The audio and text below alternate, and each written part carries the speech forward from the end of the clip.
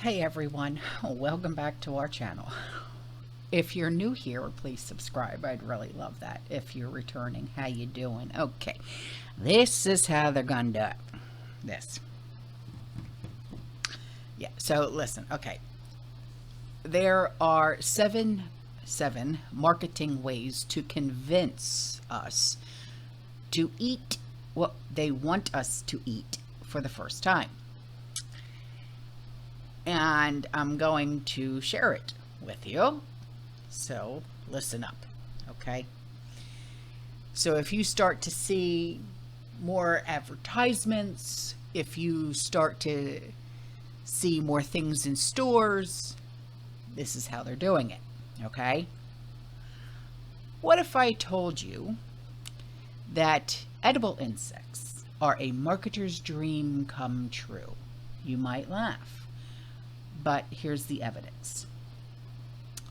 They have super low environmental impact. They're packed with nutrients. They are extremely versatile cooking ingredient, and they can easily be eaten as a snack. This is how they're going to put it down for you, okay? From a business standpoint, setting up an insect farm involves relatively low overhead and production costs compared to conventional livestock. On top of that, if you are starting a DIY insect farm, the supply is readily available. So if any of you were actually considering doing this, listen up. The edible insect market is also poised for growth. It is expected to reach almost 1,200 this USD, okay, by 2023. I can't even say this with a straight face. It's very hard. It's very hard. Okay. 1.2 million, shall I say, USD by 2023. So, what is there not to like about insects?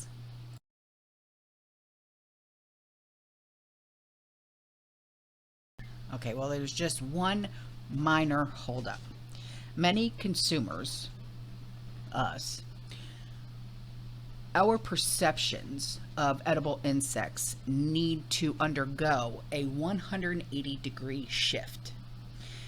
Marketers want to get people who think bugs are yucky, as they are, to surprise themselves by discovering the new yummy possibilities.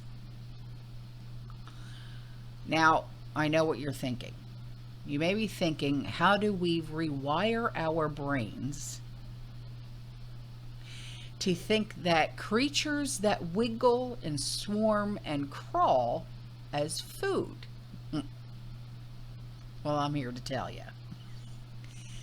And this is not a joke either, okay? So, because I know you guys are so used to me, like, handing it to you in a certain way, okay? But this is all true, okay?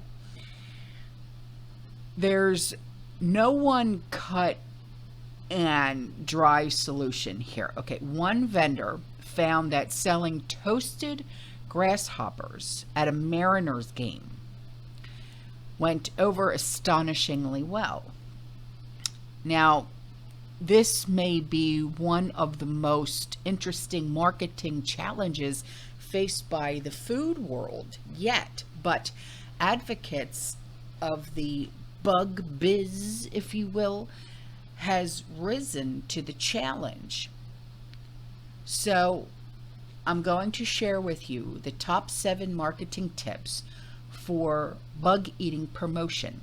And these tips will help you understand why eating bugs means business. Okay? It's not a joke.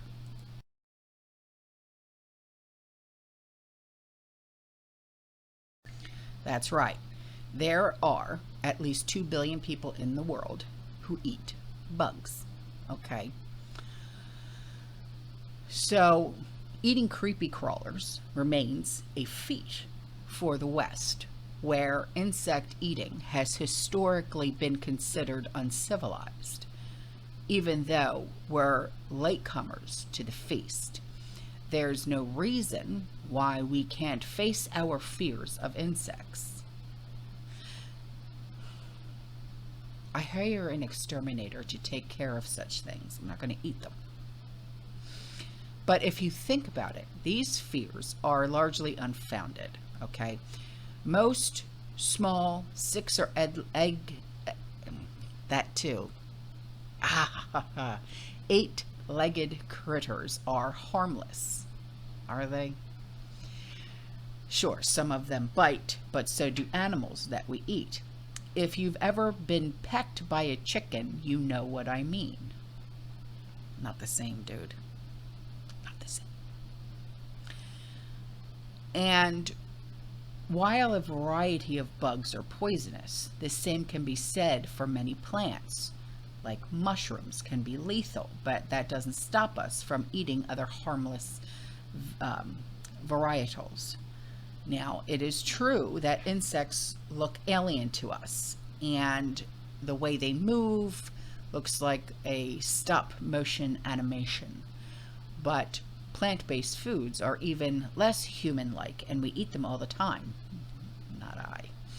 So, why do we opt for protein sources that look like friendly pets anyway? They don't look like friendly pets, but I'll go on. So, I can't speak for everyone, but we're probably less likely to become emotionally attached to insects than to a cow or to a pig. The cultural stigmatization of insects runs deep in the West, but it may not be quite as difficult to uproot as it seems. In fact, consumers have undergone some pretty extreme shifts in preference for other food trends that have become mainstream. Remember how many people had overcome their fear of raw meat to eat sushi. Now they love it. And when you first see kale on the shelves, you don't know how to cook it. And then you see these new recipes come out. You adapt to adding kale to your diet. Have you ever eaten kale chips? I love kale chips, but I'll just go on. Okay, so advocates of edible insects are driven by the desire to tap into an important opportunity in terms of market growth, sustainability, to get customers to shift their perceptions. So, and it says this, not a joke, so let's get ready to eat bugs, world. So here are the 7 tips for making this innovative food source appetizing for people who just need that little push. Oh Lord. Target the people who are on the fence. Are you on the fence? I didn't think so. As with political issues, insect eaters fall into 3 camps. Why they would use that term, I don't know. For bugs against bugs on the fence, attracting the customers who are already pro-insect won't be that difficult. If you want your customer base to grow, you'll have to get the insect-curious eaters to dip their toes into the water. In the Netherlands, 50% of the population would give insects a try. No.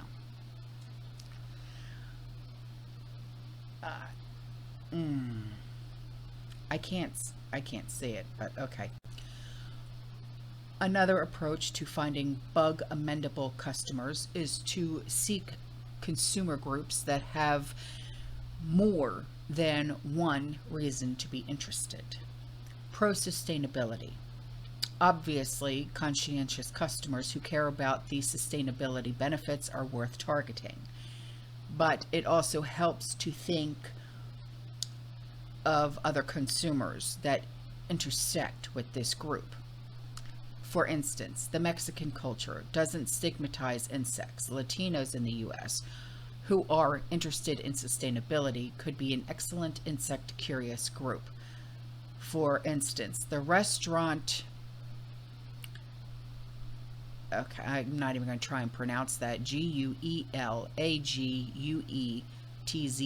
promotes their grasshopper dishes as an ancient traditional meal. Okay, I have Latinos in my family, and the one thing they can't stand are bugs. So I'm going to call false on that. So anyway, health fanatics will also love the nutritional benefits of edible insects. Consider people who spend a lot of time outdoors, who have more exposure to insects, like hikers and campers. They may not be as scared of insects as urban dwellers. Well, excuse me for being an urban dweller then. Protein powder. Athletes who specifically need a lot of protein, like weightlifters, might wish to add insects to the protein-rich diet. We should think outside the box to identify who will be most willing to help this trend go mainstream. Now, the second one is invite influencers for a taste test. Peer pressure works. Okay, so that would be like me being targeted as a influencer, a content creator, to push you into taking the leap. It helps to understand the psychology of what makes new things attractive. Along these lines, it is important to remember that we are more likely to try something the first time if we see others doing it. If you can find successful advocates among diverse groups of interested people, they can build momentum to influence others over time. Okay, well, that's the one thing I would never do, is introduce you to something that I would never touch. So, holy cow. Jesus. When we see trusted friends share positive experiences with new products, we become more willing to try something for the first time. This is why social media influencers are so in demand. Not when it comes to something like this. Word of mouth is over 10 times as effective as traditional advertising. For bug biz advocates, it is important to make eating bugs more visible, common part of everyday life. Holy cow. When celebrities endorse new products, that's the one thing I'll never fall for, is when a celebrity endorses a product. I'm like, yeah, I'm going to actually stay away from that. Thanks. It's a lot like a word of mouth recommendation. That's how the host of an astronomy show called Cosmos, A Space Odyssey, cast a wide net for the edible insect movement. A guest of honor for the Explorers Club annual dinner in 2015, he showed the world he was willing to try everything on a full menu crafted out of insect dishes. His presence helped send a positive message in the spirit of food sustainability. Hopefully, more celebrities will start lining up at the door to try insects. In the meantime, don't forget to share photos on social media when you taste test new edible insects. That's something you'll never see me do. The third one is promote these adorable edibles with emotional cues. Oh yeah, because they're cute as a button. Oh, for the love of all God. Tap into the life force. Intelligence by design. I'm not even going to read all this because this is actually scary, what they're trying to do here.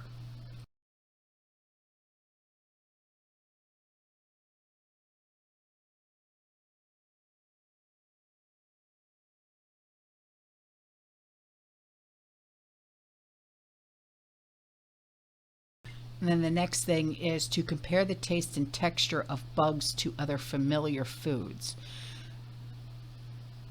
like crickets to shrimp.